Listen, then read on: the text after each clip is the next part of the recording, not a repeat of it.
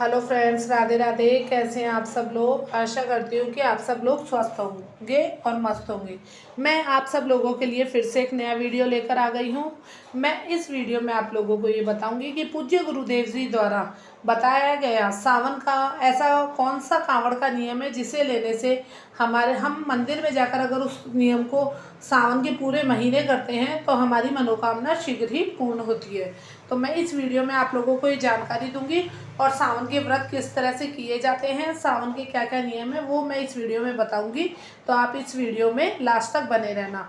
तो सावन का जो पहला नियम है वो है पार्थिव शिवलिंग का नियम।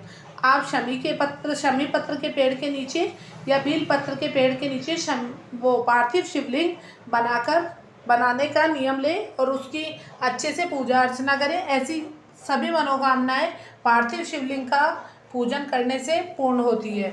जैसा कि आप लोगों को पता है कि सीता मैया ने भी पार्थिव शिवलिंग का पूजन किया था।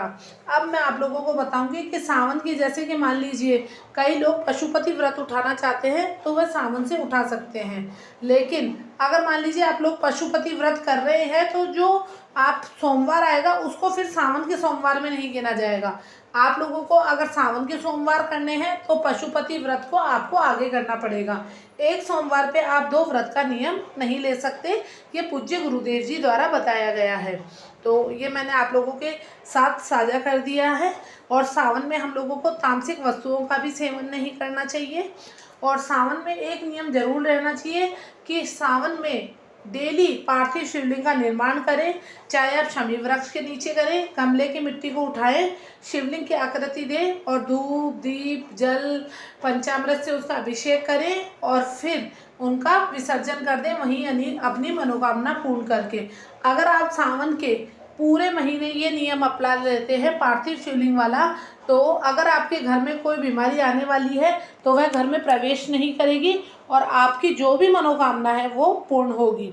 मान लीजिए आप लोगों का व्यापार नहीं चल रहा है तो सावन का में जो आप पार्थिव का शिवलिंग का जो निर्माण करेंगे तो पार्थिव शिवलिंग पर जब हम जल डालते हैं तो उस जल की थोड़ी सी मिट्टी हमें हमारे दरवाजे पर, मेन दरवाजे पर जहाँ से हम घर में प्रवेश करते हैं वहाँ लगा देनी है। फिर 1 से 2 तीसरे दिन आप देखना, तीसरे दिन से आपके व्यापार में भी वृद्धि होगी और लक्ष्मी जी की कृपा आप लोगों पर होगी।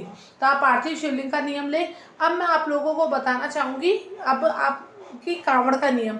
जैसा कि आप लोगों को पता है कि हम भोले बाबा के डेली 1 लोटा जल का नियम है कि 1 लोटा जल चढ़ाकर और हम आते हैं भोले बाबा पे और घर होना चाहिए जल का। लेकिन सावन में भोले बाबा को 2 लोटे जल चढ़ाया जाता है, मतलब कि कांवड़ समर्पित की जाती है। आप डेली अपने घर से 2 लोटे जल लेकर जाएं और भोले बाबा को दोनों लोटे जल एक साथ समर्पित करें और अपनी मनोकामना पूर्ण बोलें। ऐसी कोई मनोकामना नहीं है जो आपकी पूर्ण नहीं करे। मैं भी हर साल सावन में ये 2 लोटे वाला नियम जरूर करती हूँ। याद रहे, आप लोग भूल ना जाए। सावन के पहले दिन से ही 30 जुलाई से सावन लगने वाला है तो आप लोग 1 लोटा नहीं 2 लोटे जल लेके भोले बाबा के मंदिर पहुँचे। वहाँ फिर उससे भोले बाबा को वह कांवड़ के रूप में वह जल समर्पित करें।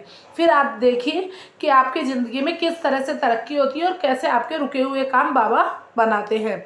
और अगर आप लोग 16 सोमवार का व्रत भी उठाना चाहते हैं तो आप सोमवार के, मतलब ये सावन के सोमवार से 16 सोमवार का व्रत भी उठा सकते हैं।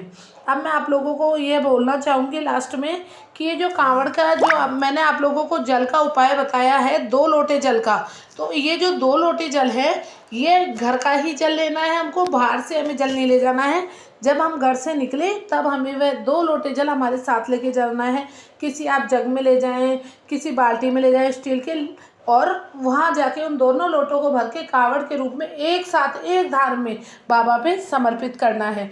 आप ये उपाय पार्थिव शिवलिंग का पूरे सावन और ये 2 लोटे जल का उपाय आप करें, फिर आप देखिए आपके जीवन में बाबा कितने खुशियों के भंडार भरते हैं। मैं हर साल कांवड़ से जल समर्पित करती हूँ बाबा को 2 लोटे जल भरकर, और मैं हर साल सावन पे चढ़ाती हूँ और बाबा ने मेरे पे बहुत कृपा भी करी है, जैसा कि मैं आप लोगों को आगे आने वाली वीडियो में बताऊंगी। और मैं आप लोगों के लिए पूज्य गुरुदेव जी द्वारा बताए गए ऐसे ही आसान उपाय लाती रहूँगी। सावन में किस तरह से हमें पूजा पूजा करनी चाहिए, सावन में हमें किस चीज़ों को नहीं खाना चाहिए, ये वीडियो भी मैं आप लोगों के लिए जल्द से जल्द लाऊंगी। और सावन में बाबा को बेलपत्र ज़रूर समर्पित करें। सोमवार के दिन बेलपत्र नहीं तोड़ी जाती है, ये आप लोग ध्यान रखें। एक दिन पहले तोड़ कर रख लें और बाबा को समर्पित करें। अब मैं वीडियो को ख़त्म करती हूँ। श्री शिवाय नमस्तुभ्यं।